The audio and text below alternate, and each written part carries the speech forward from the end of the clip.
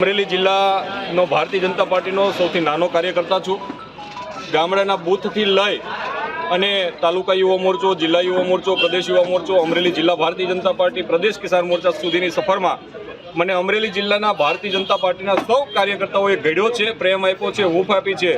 અને પ્રદેશ ભારતીય જનતા પાર્ટીના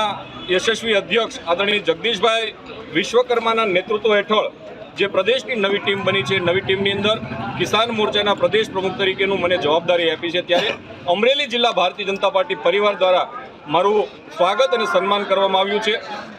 દેશના પ્રધાનમંત્રી આદરણીય નરેન્દ્રભાઈ મોદી હોય, પ્રદેશના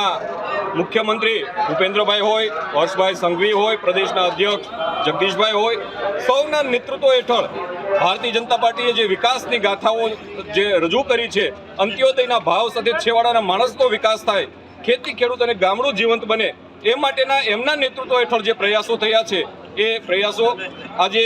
ગામડાઓ સુધી લઈ જવા માટે જ્યારે કિસાન મોરચા તરીકે મને જે જવાબદારી આપી છે, એ જવાબદારીના ભાગરૂપે આજે